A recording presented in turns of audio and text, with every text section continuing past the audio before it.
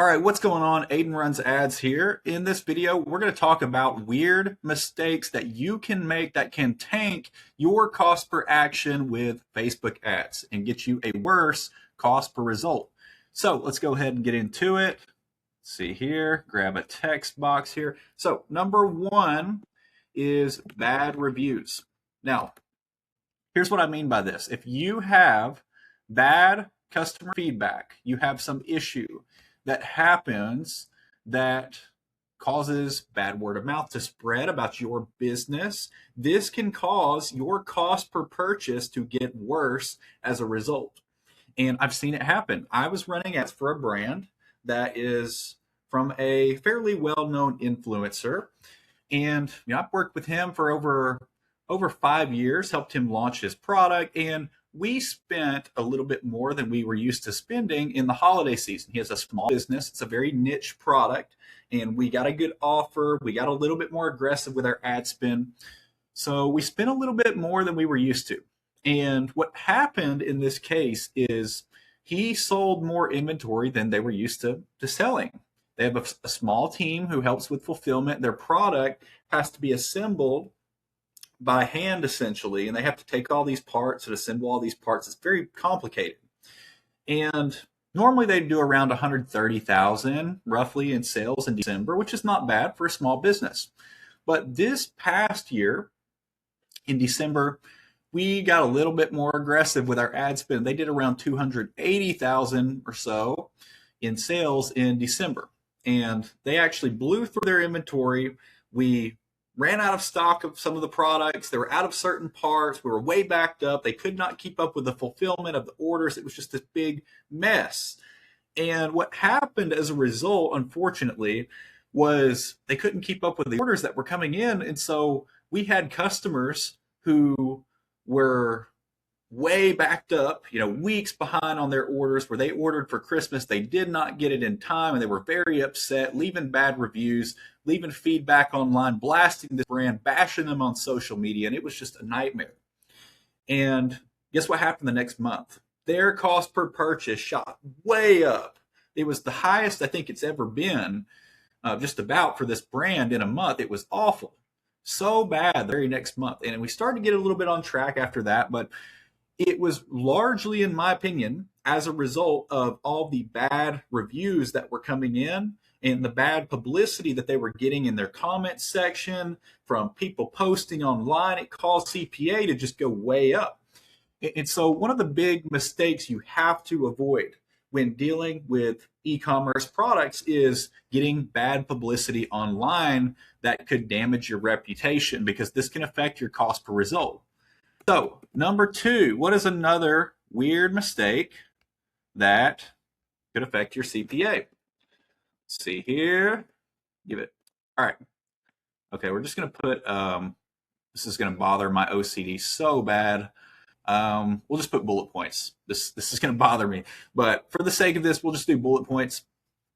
Number two is, let's see here, is bad quality traffic. Believe it or not, the quality of the traffic that you are getting to a website can absolutely affect your cost per result. And what I mean by that is, let's say, for example, you have somebody who maybe they're selling a very niche product, but they are getting a lot of traffic to their site from people who are not interested in buying. And they're just kind of checking out their site out of curiosity. That can absolutely affect your cost per result in some cases. So from what I have seen personally, this is from my personal experience, this guy that I've worked with for over 5 years is a fairly popular influencer. And so what we would see is oftentimes certain types of content, for example, may seem to cause a lower quality of buyer to enter into the funnel. It's where we're getting site traffic from people who aren't actually interested in buying. And then the other thing that can happen when you're getting this bad quality traffic, especially if you have like a massive following online and you're selling something very niche where it's a very small market of buyers, what can happen in this case, from my experience at least, is it can also create the situation where those ads will tend to get more spin because they're getting more engagement, right? They see this person's face who they recognize and who they find interesting and who's very entertaining, right? That they watch online. And so they like the ads, even if they aren't interested in buying the product. And so they're engaging with all the ads, they're watching all the ads, even if they aren't interested, because they see this person online, in these ads that they recognize. And so that can also cause the quality of the traffic that you're getting to your site to be poor quality as a result. So bad quality traffic can absolutely affect things on your website, in my opinion, from what I've seen so far. What are some other things that can tank your CPA that are weird things? So another one would be ad fatigue. All right, so ad fatigue is a weird one because sometimes it's very hard to tell if it's ad fatigue or if it is, for example, just a bad week, right? You could have just a bad week, for example, where one ad just doesn't perform that well that week for whatever reason. Facebook is consistently inconsistent, right? You will have bad weeks, you will have bad months. It's just the nature of the beast.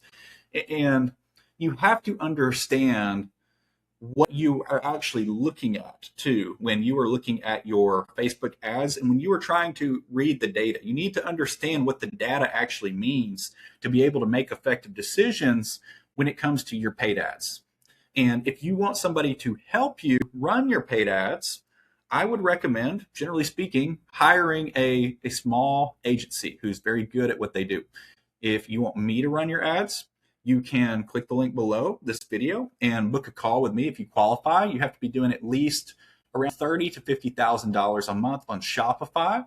But if that's you, feel free to book a call below and we can talk. But anyways, when it comes to ad fatigue, it's just a very weird thing because it can be hard to spot the difference between ad fatigue and a bad week.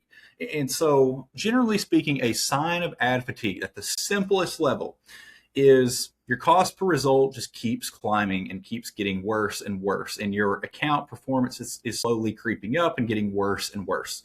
That can be a sign of potentially ad fatigue, where those ads, maybe they look okay, some of the metrics look okay, but the cost per result just keeps going up.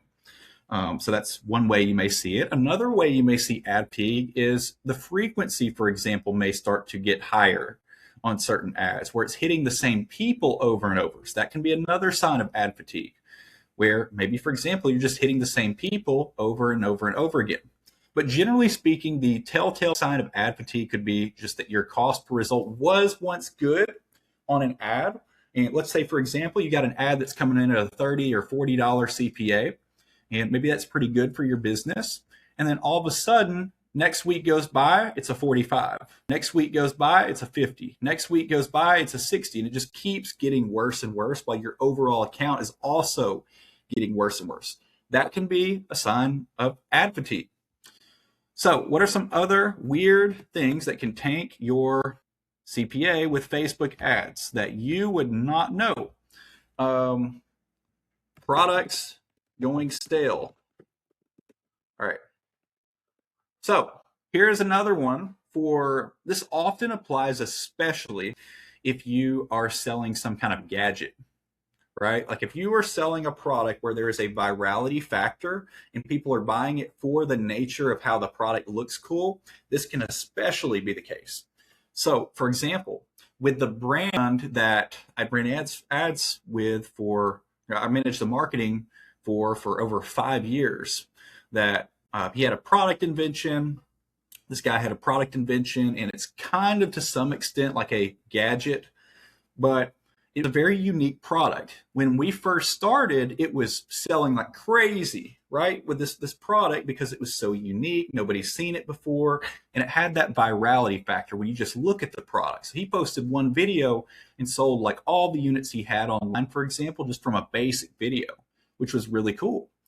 So it had this virality factor to it just by the nature of the product. But what happens when you're dealing with products like this is that will expire over time. Eventually, the virality starts to wear off and it no longer becomes as effective unless you give them a reason to have hype or to have publicity and virality. You have to almost manufacture that virality with new releases. When you're dealing with especially a niche product where there is a smaller total addressable market of people who are in market to buy that specific product at any given time, when you're dealing with a smaller market of buyers especially, there has to be something about the product that makes it top of mind, that makes the product feel relevant, and that keeps the brand and the product relevant, especially in those cases.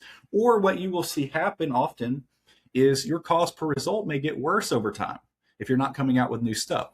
So it's very, very important that you aren't just, when you're dealing with any kind of e-commerce brand, really, most brands, I would say, you have to be coming out with something new in some way, shape, or form. And that thing could be a new color drop. That thing could be a new design. Colors may not even be enough in some cases, right? Like if you're selling t-shirts and let's say you have some great design on your t-shirts, then maybe you come out with a blue version. Okay, great.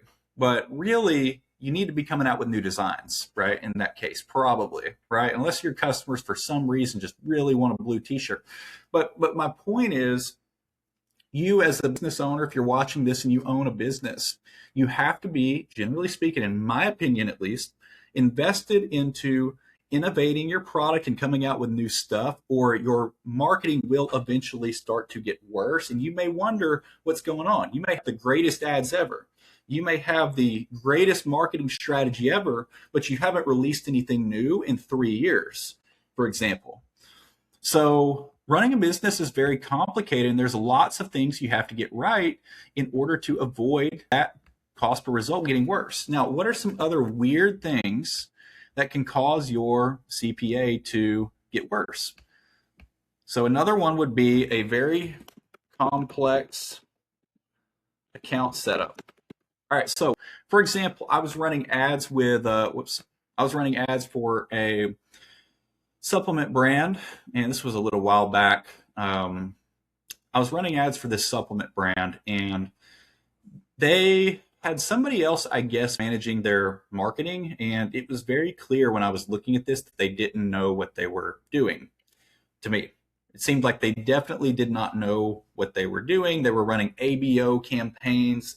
They had the wrong campaign objective for some of the campaigns. It's like add to cart for this one. It was like view content or whatever for this one over here. And it's just very complicated. There's all this random stuff going on. It was very clear there was just too much going on. It was way too complicated. Whoever was running that, though, they probably didn't have a very high level of skill when it came to Facebook ads. And that's often what you see with smaller brands where maybe, for example, they're doing $30,000 a month or so in sales on Shopify, $50,000 a month, and maybe they have a good business, they've got good products, etc. But maybe they just don't have somebody managing their marketing who's really skilled. Often what you may see is these brands in that 30, 50K a month or so range may not have the correct setup, for example, for their ads. This brand had pretty good products, I would say. You know, the product quality was good. They sold on Amazon, and they sold in retail, and they did some stuff in online sales. But a lot of their business, I think, came from retail with this brand. But anyways, they had good products. Whoever was managing their paid ads didn't seem to really understand how to set it up. So their cost per result, I believe, was around $130-ish, somewhere in there for this supplement product. I remember coming into this account, and within just a few weeks, we had gotten it down to around like 75. So I think we got it from around 130 to it's like around 75. It was a pretty drastic decrease in their CPA. And all we did was we turned off a lot of the campaigns. We simplified the account structure, and we put some just basic ads into the campaign that were designed to convert, right? And we saw this campaign get significantly better almost overnight on more ad spend too. So sometimes these problems, when you're dealing with Facebook ads, sometimes these problems may not be as complicated as you think. The problem may be that you're making it more complicated than it has to be. And so a very complex account setup, can be a big issue you see oftentimes with Facebook ads where the accounts are just not set up properly. So what's another common issue that is very weird that may tank your CPA with Facebook ads? All right, another one that you can often see is, this goes back to the account setup.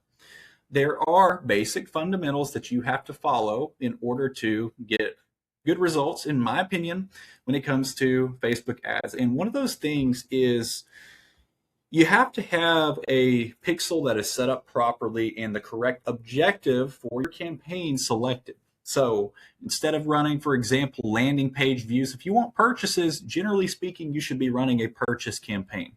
And this goes into the whole account setup thing in general. You generally speaking should have a fairly simple account setup with whatever you're running, and everything should be consolidated as much as you possibly can, right? So each campaign, generally speaking, should have a different business objective. If you have one that's for one product and offer, and then one that's for a different product and offer, you can separate those. But generally speaking, you should have one campaign per business objective. And you should make sure that your pixel is working properly and tracking conversions properly with your Facebook pixel and conversions API. So that's another one that can make a big difference, because if that's not set up properly and you're optimizing for the wrong event, the platform won't know who to show your ads to correctly to get you the result that you want.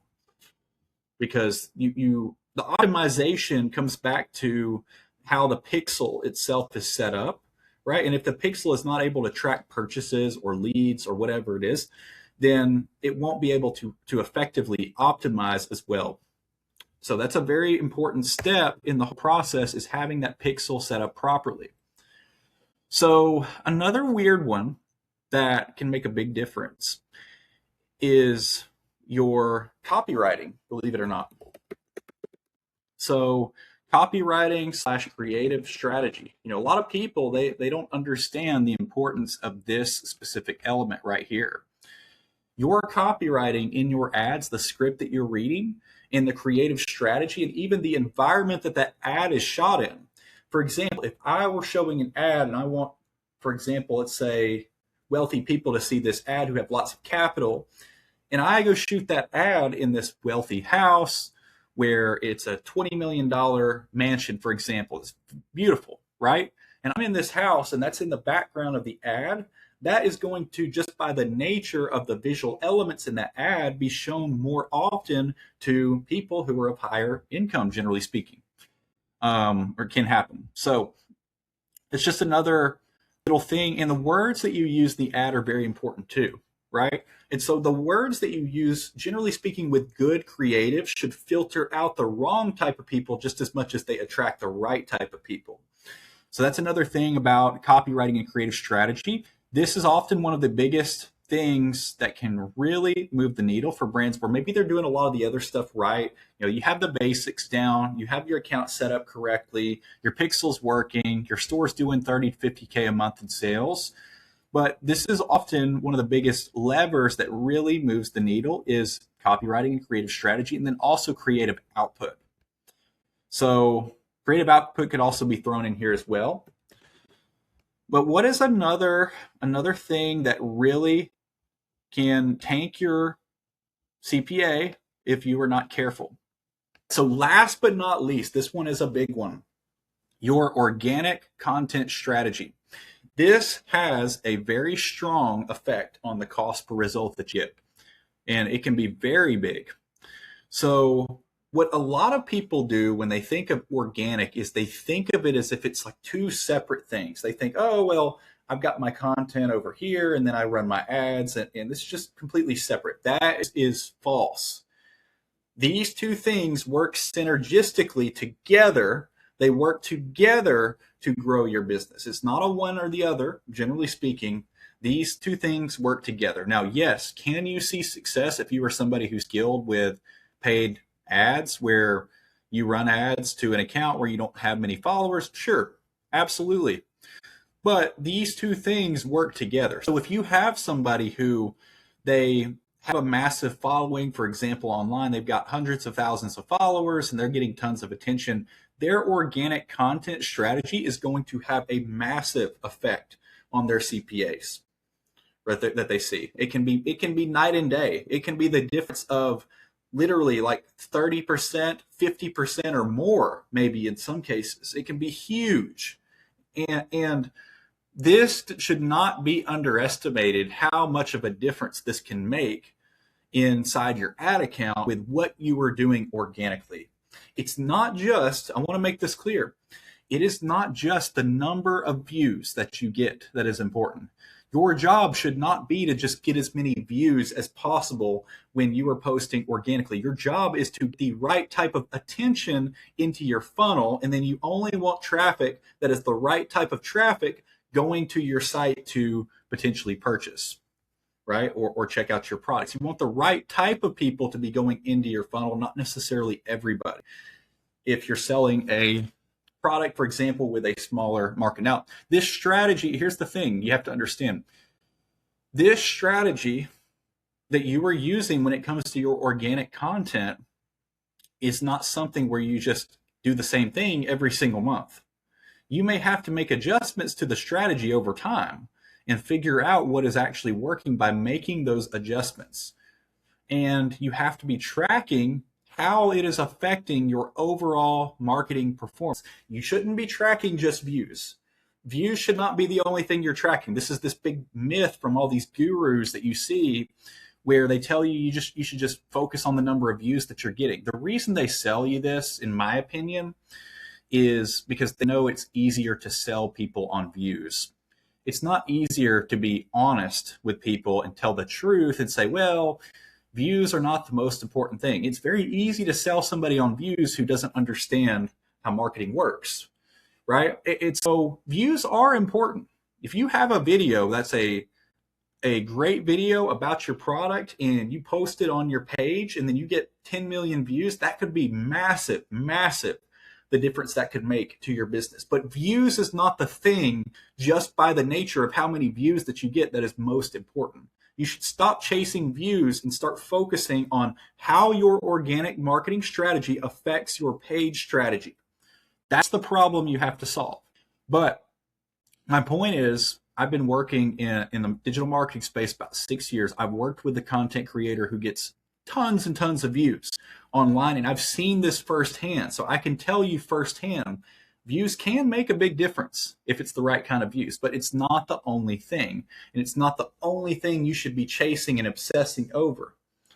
So anyways, with that being said, if you guys are looking for a marketing partner to help you run your ads and manage your Facebook ads for you, then click that link down in the description and book a call with me if you're doing at least 30 to 50K a month. I would love to talk with you and hear about your business. If you're not, you can also send me a DM as well. DM me and I can look and see, take a look at your business also. Just please only book a call if you're doing at least around 30,000 to 50,000 a month in sales. Otherwise, we may not be a good fit to work together right now. But if that is you, book a call below and let's talk. And yeah, hopefully you guys found this helpful. Let me know what you want to see next. But this is all that I've got for this one.